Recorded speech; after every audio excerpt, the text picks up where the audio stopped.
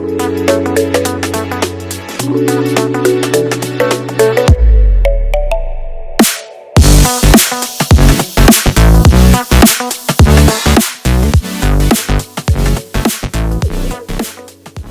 and welcome to FPL 101. In this first episode of this Project Restart saga, I'm going to identify the key teams and players to target for what feels like the start of a new season of FPL. When looking at key teams, up first has to be Manchester City.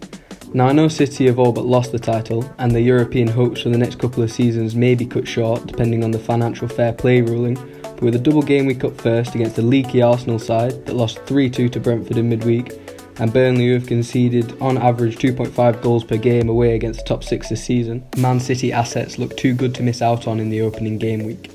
Now when it comes to key players for Manchester City, Kevin De Bruyne is a must-have. His previous performance against Arsenal saw him bag a brace and an assist, as well as nearly sealing off a hat-trick with a sublime effort from outside the box. De Bruyne's 8 goals and 18 assists make him the most valuable player in his price category and the top point scorer amongst all other Man City assets this season. While his loyalty and drive may be up for questioning, depending on UEFA's ruling of Man City's dodgy money habits and the likelihood of European football in the up-and-coming seasons, De Bruyne's talent shines through. If he can quickly find his steps in the restart and prove all the doubters wrong, De Bruyne is a must-have. Other key players include the explosive Sergio Aguero, whose trademark double-figure hauls make those managers without him weep like babies. If you can afford him, he may well be a fruitful pick in the short term. However, the ever-present Jesus and almighty Pep Roulette may ruin even the best laid plans. Raheem Sterling, once big time on the FPL game, has pledged his allegiance to the blue half of Manchester through thick or thin. However, his high price and habit of missing open goals against the Clarets is a definite turn-off.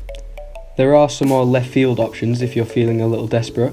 You could include Phil Foden, who could flourish under the new rules concerning substitutions, getting a few minutes later on in matches, or even the now fit Leroy Sané, likely destined for Bayern in the summer, could give Man City fans something to celebrate before he leaves.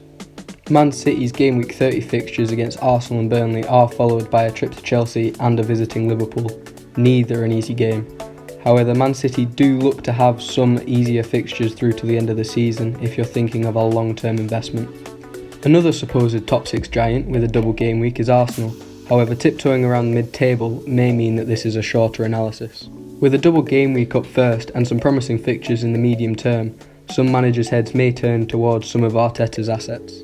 When exploring Arsenal's key players, Aubameyang is without a doubt a must-have, having practically saved Arsenal from relegation this season. Am I being biased? Potentially. Let's move on. Aubameyang's 17 goals this season ranks him second only to Jamie Vardy. I've always been wary of Arsenal's defence, however their forward line is an area I'd like to target, with their last 3 games before the break producing 10 goals. Fixtures against Norwich in game week 32 and Southampton in 33 only stimulate this excitement. Therefore, another key player I want to target for the restart is Mesut Ozil. A goal and an assist in his last 3 games under Arteta only scratched the surface of his influence before the break. I have always preferred to target save points and bonuses rather than clean sheets when it comes to keepers in FPL. Bernd Leno has been outstanding between the sticks for Arsenal this season, and with their leaky defence it's a good job too. Leno has managed over 100 saves this season and incredibly kept 7 clean sheets despite the likes of David Luiz and Socrates Pastapopoulos guarding his goal. The Gunners' motivation and inconsistency is always something of a headache for FPL managers. However, hopefully for me, Aubameyang can continue to carry Arsenal forward this season, saving them from mid-table obscurity, yet narrowly losing out to European spot to Sheffield United or the mighty Burnley. Despite sitting 19th in the Premier League, Aston Villa are next on the list of teams I'm targeting for Project Restart. A double game week first up and a visit to Newcastle in game week 31 could prove promising for Villa assets. And depending on those results, the tough games to follow may prove important with Premier League survival on the cards.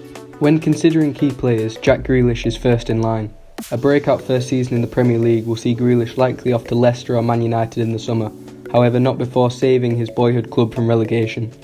Grealish has 7 goals and 7 assists and ranks 5th among big chances created in the Premier League this season. He has also started 26 out of a possible 28 games this season, playing over 2,000 minutes, making him fixture and rotation proof despite. Matt Targett leads the way for Villa defenders in the restart, scoring 1 goal and providing 3 times. Targett has ran Villa's attack with Grealish down that left flank and is a fantastic budget option at 4.4 million. Last but not least, a now fit John McGinn looks to be a promising way into the Villa side for that opening double game week. Scoring on the opening day of the season against Tottenham Hotspur, McGinn has shown he can be quick out of the blocks, and even if he's not included in your side, his pace and power may open up space for the other of your Villa assets. The final side to have an opening double game week is Sheffield United. Joint third on clean sheets and conceding only 25 goals all season, Sheffield United have taken your Sean Dyche and raised you Chris Wilder. Currently 7th in the league, Wilder's side don't seem to be one that would take their foot off the pedal towards the end of the season. With this in mind, my key players to target for Sheffield United are the flying fullbacks Enda Stevens and George Baldock, as well as Lord Lundstrom himself. Dean Henderson will not be able to feature against his home club Man United, and with that in mind I have chosen the three most attacking defenders on the game for the Blades. Between the two fullbacks, they have over 200 points, however neither can compare to the Lord himself. Ever since that tragic 3-0 defeat in game week 11 and that 21-point haul sitting on my bench, Lundstrom will always be on my radar and will be for many seasons to come. Furthermore, with the 5-sub rule, Lundstrom may get more pitch time, more closely associated with his early season antics. John Fleck is always a shout, however looking at the up and coming fixtures, I would be targeting more defensive options. Next up in the teams to target for the restart, and the first team without a double game week, is Leicester. Leicester don't play a side in the top half of the table until game week 34, and then again it's only Arsenal, so does it really count? Sorry Arsenal fans, this is becoming a rough video, I know. Promising fixtures against unmotivated teams in mid-table obscurity really just cries out for some good Leicester options. Jamie Vardy will be looking to keep hold of his golden boot and proved he hasn't lost it just yet with a brace in his last game. If you're strapped for cash like me, perhaps Harvey Barnes is the player for you, also scoring a brace in his last game along with Vardy. Johnny Evans has been reliable at the back for Leicester and even pops up with a goal or an assist now and then from set pieces. However, he does look a little less valuable when you consider James Justin is 600k cheaper, and with Pereira out till the end of the season, he could be a cheap source of Leicester clean sheets or even attacking returns due to his attacking mindset. Leicester will be pushing for a top 4 position this season and a Champions League spot for next season. However, potentially they may not be trying as hard as some of the teams attempting to avoid relegation. Just something to keep in mind for when choosing your team. Wolves sit 6th in the table as it stands and have arguably the best run until the end of the season. However, keep in mind they may well have their sights more firmly set on European competition in the restart and may well take their foot off the pedal in the league slightly.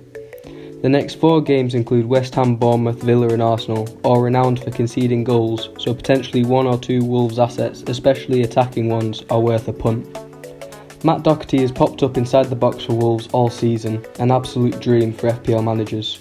His end of season form before the break was especially eye-catching, however he is still owned by less than 10% of managers. As we have seen from the Bundesliga, fullbacks will be prone to rotation due to the energetic nature of the position. However, Doherty is without a doubt a must-have. Surprised I didn't mention him first? Yes, well, Jimenez has been a talisman for Wolves and a steady forward option for Nuno Espirito Santo and for many in FPL. He is reliable for a goal here and an assist there, and very worthwhile if you have the cash to spare, especially with the upcoming fixtures. He is not as explosive, however, as his strike partner Diogo Jota. More of a risk due to inconsistency, Jota can bring in high point scores, having only scored 6 all season, yet gaining 3 double-figure hauls. Adama Traore is another player I suppose you could call explosive. 4 goals and 7 assists have earned Traore 4 double-point hauls this season, and he is clearly a player that even the very best struggle to defend against. He would be first slot in my team if it were not for the uncertainty surrounding his fitness and unresolved shoulder injury, yet I may live to regret not including him in my side. Now, it wouldn't be my first video if I didn't explore the Burnley options in some way or another. Perhaps this will prevent my venting bitterness towards Arsenal in future videos. After Man City first up, Burnley actually appeared to have relatively good fixtures in the medium term, Watford, Palace and West Ham amongst the first 5. Solid defensive displays and rare glimpses of brilliance up front make me like to think of Burnley as a dark horse in FPL rather than the dull dishwater the rest of the world may view us as. Nick Pope has the most clean sheets in the Premier League and has been in my side since day one, thanks to the minimum of a 1 Burnley player in the starting 11, a family rule. However, he has more than deserved his shirt, also ranking first for high claims. Captain Ben Mee and James Tarkowski are always a threat, however Charlie Taylor's value is unparalleled. A consistent starter when fit at only 4.3 million, he works alongside Dwight McNeil to whip in crosses for the frontmen.